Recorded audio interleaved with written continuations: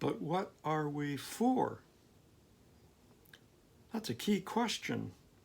If we don't have a vision of what we're for, we can complain all we want about what the rich are doing and why we don't like it, but we're not going to succeed in building a movement that can remove them from power and make things be the way we want it to be, because without a vision of how we want it to be, we can't even say what it is, never mind fight for it or even understand whether we have it already or not.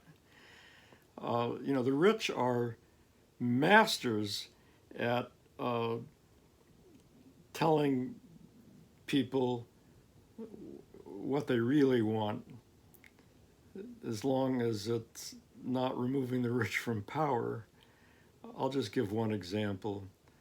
My college classmate, Robert Reich, went around during the Occupy Wall Street and since then giving talks to disaffected people, telling them, well, what you really want is equal opportunity, meaning implicitly an equal chance to get to the top of our unequal society. You're not against the inequality, the class inequality. In fact, Robert Reich even came right out and said it explicitly in one of his blog posts, that he has no problem with the Koch brothers, or the Koch brothers, however you pronounce it, K-O-C-H, having their multi-billions of dollars, because he said they got it fair and square legally, so it's okay. And he goes around telling people who are unsatisfied with class inequality, oh no, what you really want is just equal opportunity to join the upper class. Well, that's BS. But hey, we won't be able to defeat that kind of ruling class propaganda if we don't know what we do want. Now, I've been saying almost like a mantra that what we need is to remove the rich from power, to have real, not fake democracy with no rich and no poor. So let me just focus on that no rich and no poor here. First of all, as is well known, we live in a society in which money is power. If you have billions of dollars, you have far more power than ordinary people. In fact, the net wealth of 20% of the American population, that's the amount of wealth that they own, possessions, maybe a car, minus their debts, possibly a mortgage, car loan, college loans, and so forth. Okay, so their net wealth, what they own minus their debts, is negative, zero, or less than zero, negative. 20% of the people have less than $0 to their name. How much power do they have in society compared to Jeff Bezos with his $100 billion? Well, a little less now, because I just read he had to pay 30-something billion to his ex-wife in a divorce settlement. Okay? You know, the money is power in our society. 3 individuals, Jeff Bezos, Warren Buffett, and Bill Gates, own more wealth than the bottom half of the American population combined. Well, they have more power than the bottom half of the American population combined, just those 3 individuals. And that's because we live in a society in which money is power, and some people have lots and lots of money compared to other people. So at the very least, having no rich and no poor means having everyone equal politically, having the same power in society. You know, the idea of people having the same power is what attracts people to the idea supposedly behind our supposed democracy of, one person, one vote. People hear that and they nod their head and say, yeah, that's the way it's supposed to be. But of course, we all know that it's really $1, one vote, because money is power in our society. Well, how do you have no rich and no poor? And the answer is to have a society that's not based on money. To have a society which is based on the principle, the economic principle of from each according to reasonable ability, to each according to need or reasonable desire, with scarce things equitably rationed according to need. Now, if you think about what that principle means, it means that the economy is not based on exchanging equal for equal, which is the kind of economy for which money is extremely useful. See, barter is also a way of exchanging equal value for equal value, but it's very cumbersome, obviously. Someone wants a cow and all you have is chickens, you can't make a barter deal. Money makes it possible for pretty much anybody to give somebody a certain amount of value in terms of with money, and to obtain in exchange some product or service of equivalent value.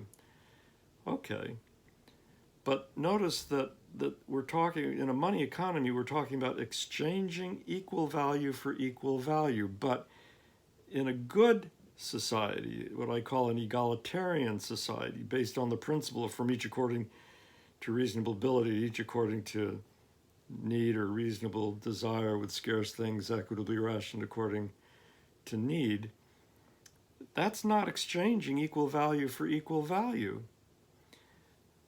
If someone is, for instance, very sick and needs a lot of health care, and they have contributed reasonably according to ability in their lifetime, then they get the health care that they need or reasonably desire, or at least have an equal chance to other people to have a scarce health care, if it is scarce, like organ transplants, could be scarce, to have an equal chance of getting what they need according to need, not according to how much money they can pay for it. When it comes to organs, most people are horrified at the idea of having organs that people need for a transplant be on the market, and going to the person who can afford the high price of it, and not to the poor person who might have a greater need even for it. Most people say, well, that's morally wrong. Well, they're right, it is morally wrong, but the same moral reasoning applies to everything in general. Housing, food, shelter, as well as health care, and luxuries, and, as well. So if we have a society based on the from each according to ability, etc. principle, it's not based on exchanging equal value for equal value. It's based on sharing according to this principle, and hence money is not necessary, and it would be abolished, and that would mean that we have real equality, instead of billionaires having the real power and calling the shots. So we need to have a vision of what we want, and I'm emphasizing here that it's a vision of a society which is based on the morality that most people realize is the good morality. But of course, the ruling class and all its institutions and mass media try to prevent us from articulating this morality explicitly. By the way, a lot of people hear the phrase from each according to ability, or each according to need, and they say, oh, that's Karl Marx, that's communism, and communism is a dictatorship of the Communist Party, and it's not democratic at all. Well, yes, it's true. Karl Marx popularized the phrase, yes, it's true. Communist regimes are totally anti-democratic. They're ugly and terrible in that respect. But here's something that most people don't know. Although Karl Marx popularized the from each according to, etc. phrase, A, he did not create it. It was created by a Frenchman before Karl Marx was born. B, when he popularized the phrase, it was in an article he wrote called The Critique of the Gotha Program. And in that article, he uses the phrase from each according to his ability to each according to his need, that's how they spoke then, to make the point that we cannot embrace this principle today or even in the near or even in the medium far future. That was his point, that we cannot shape society by that value. Why not? Because according to the very wrong Marxist, elitist, negative view of ordinary people today, in the Marxist view, are just selfish. They don't want a classless society. They don't want to share things, morally. No, people are just selfish. They want more, more, more, more, more. So according to Marx, until the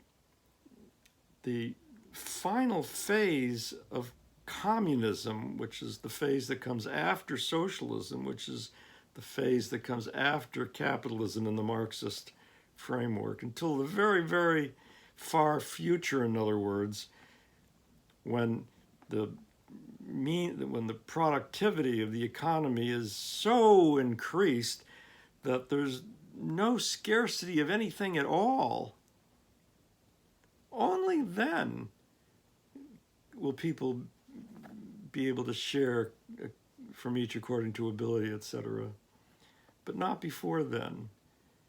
And any attempt, according to Marx, to shape society by the from each according to, etc. principle before then is foolish and wrong.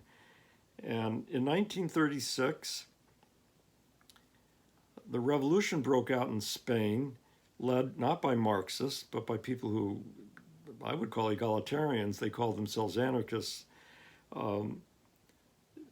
They took over almost half of Spain and created essentially an egalitarian society based on the from each according to ability to each according to need principle. They did it, with in slightly different ways in different villages and towns, and some of which they literally burned all the money, and people were able to take according to need or reasonable ability if they contributed according to reasonable ability. Take according to need or reasonable desire, I misspoke, if they contributed according to reasonable ability. And productivity actually increased dramatically over what it had been under capitalism just before. And this was in spite of the fact that most of the men, as well as some of the women, were not able to be productive economically because they had to be on the front in the militias fighting the fascist General Franco's trying to overthrow all this. And this shows that people are perfectly capable and desirous of creating an economy based on from each according to ability, etc. And they did it in about half of Spain, and it was more productive than capitalism. And Karl Marx, although he did popularize the phrase in that article, was absolutely wrong in saying that we cannot shape society by this principle. The negative view of people that Marx had, which was his reason for saying we can't shape society by the from each according to principle, is that negative view is the reason why communist Marxist regimes are so horribly anti-democratic. They have contempt for ordinary people and think they've been dehumanized by capitalism, and They're just a bunch of selfish people who would like to be capitalists but haven't succeeded yet. And so they should not even be allowed to have a real say in society. That the genuine democracy, from the point of view of the Marxists, would be a horrible, terrible thing. That's the theory, that not just the practice of people who are deviating from true Marxism. No, true Marxists must be anti-democratic, as I write about in an article I link below. So I've written about this below, a number of articles. Please check them out. And I hope you will subscribe to my YouTube. And we'll be talking about this more from different angles. Thank you.